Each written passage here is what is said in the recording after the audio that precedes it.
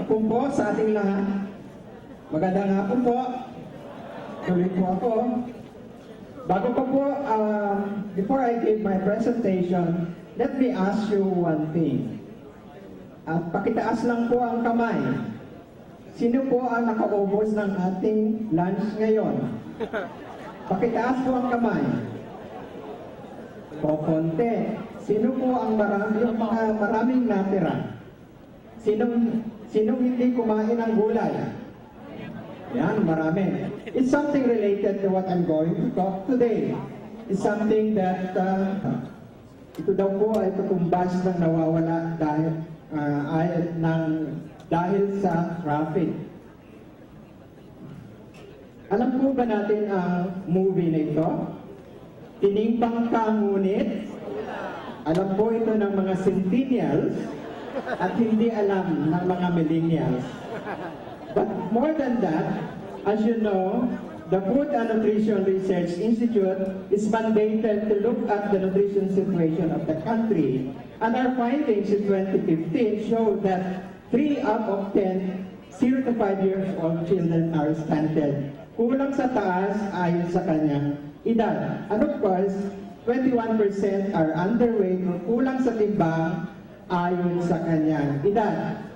Tinimbang ka ngunit, sobra. Tayo po ito, 20 years and over, and about 31% of us are overweight, and marami din po ang mga babae.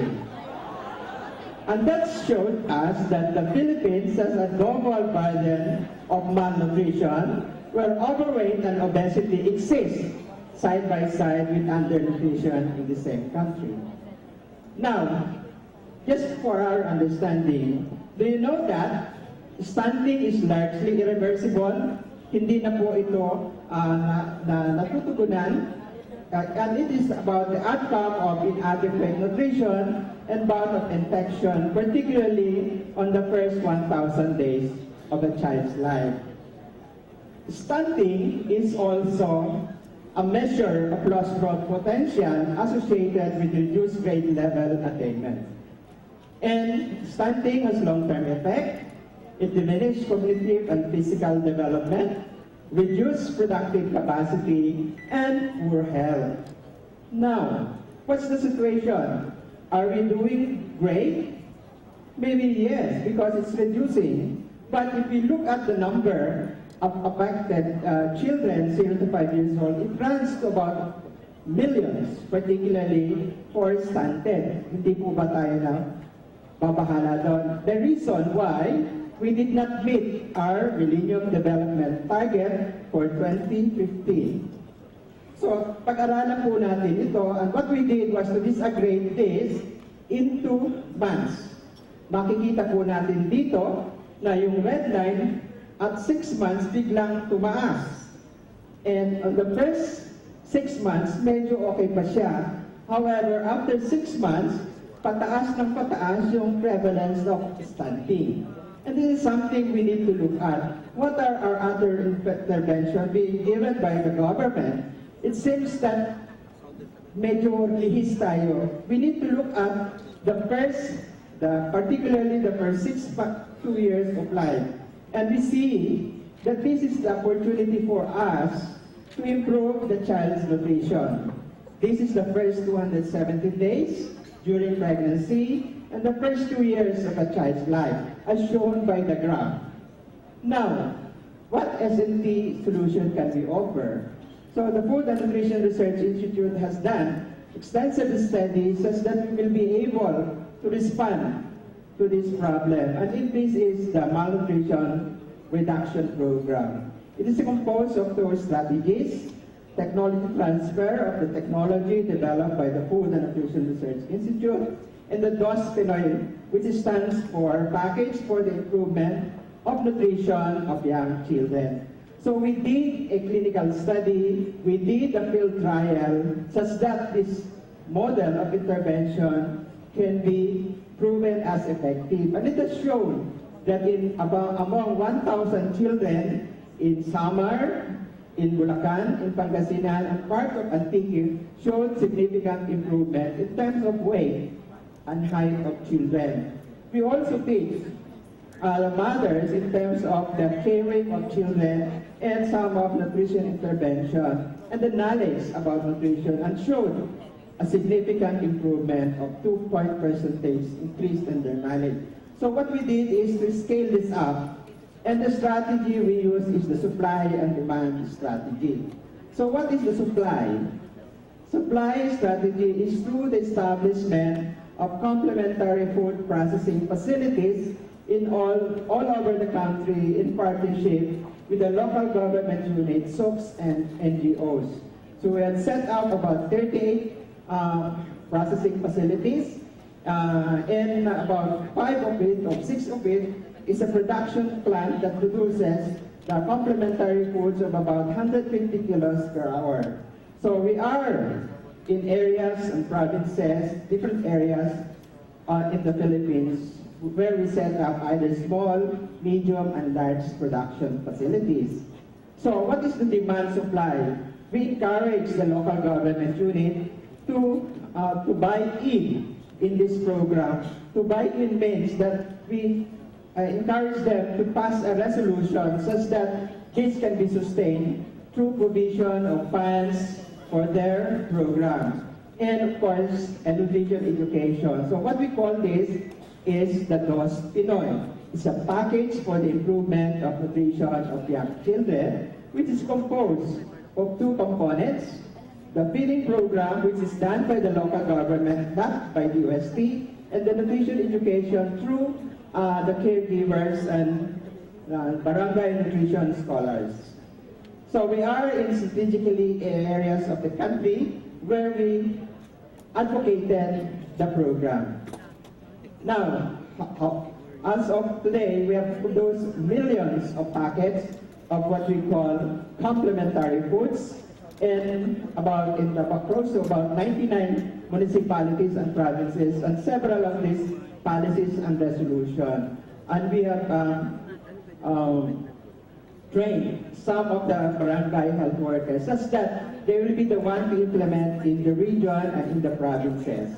So just an example of what we have done recently, the DOST PINOY modules has been adopted by the Department of Health through the National Nutrition Council in ARM, where we rolled out our DOST PINOY module among the caregivers, particularly in Mindanao and in Sulu. This is a graduation ceremony that happened last March, and this is part of the first 1,000 days program of the Department of Health. We are also part of the helping, particularly the displaced people during the Haiyan or Yolanda, and this is produced by only 1 production facilities in Region 6, the Negrense Volunteers for Change, where they produce about 7 million Mingo meals in the area and used for the feeding program in that particular place. It's only 1 production facilities that produce 7 million packs. Likewise, recently, complementary foods or Mingo meals is the name, used in Marawi. As you've seen in this picture, this is in the rehabilitation center in Marawi. What we are happy to introduce to you is that in Mindanao and Visayas, through the Negrense Volunteers for Change Foundation, you can find this in some of the sari-sari store. So I think with that, the program was recognized by the Foundation for the Advancement of International Medical Education Research in the United States as a project that works. Recently, that was given in Tunisia as we are invited to present the program. So, what we see is the opportunity for us to improve nutrition of our children. What I can say today is that the National Academic Development Authority consider the malnutrition reduction program as the national priority program of the government under the NPP And recently, we get an authority for 2018. Ano po ba ang ibig sabihin ng NPP? NPP, or the National Priority Program, entitles donation by private sectors and any one of us here to be 100% tax deductible. So kung gusto po ninyo mag-donate sa nutrition, yung pong malalaki ang kinikita, dito po sumali sa aming malnutrition reduction program. And that can be at 100% tax deductible by virtue of Bureau of National Revenue Code. So we were given recently the ruling of the BIR as to the implementation of this NPP. So with this, we think that we survived this and sustained the program because of the strong commitment of our DOST through science resource allocation and strong support and participation of our local officials, implementers, the mothers and caregivers in this particular program. And I'd like to mention our regional offices who's been very supportive in this particular project, the DOST regional offices. So, way forward, the MRP beyond 2018 is envisioned to be sustained and institutionalized in the local government program as part of the first 1,000 days program of the government to improve nutritional status of the children, thereby help attain our sustainable development goal target in 2015. So, call to action, sama-sama po natin, kapit na, sali at itaguyod ang malnutrition reduction program. Huwag hayaang mawala ang kinabukasan ni Juanito at Juanita. Sila ang ating yaman at puhunan sa kinabukasan. Maraming salamat po.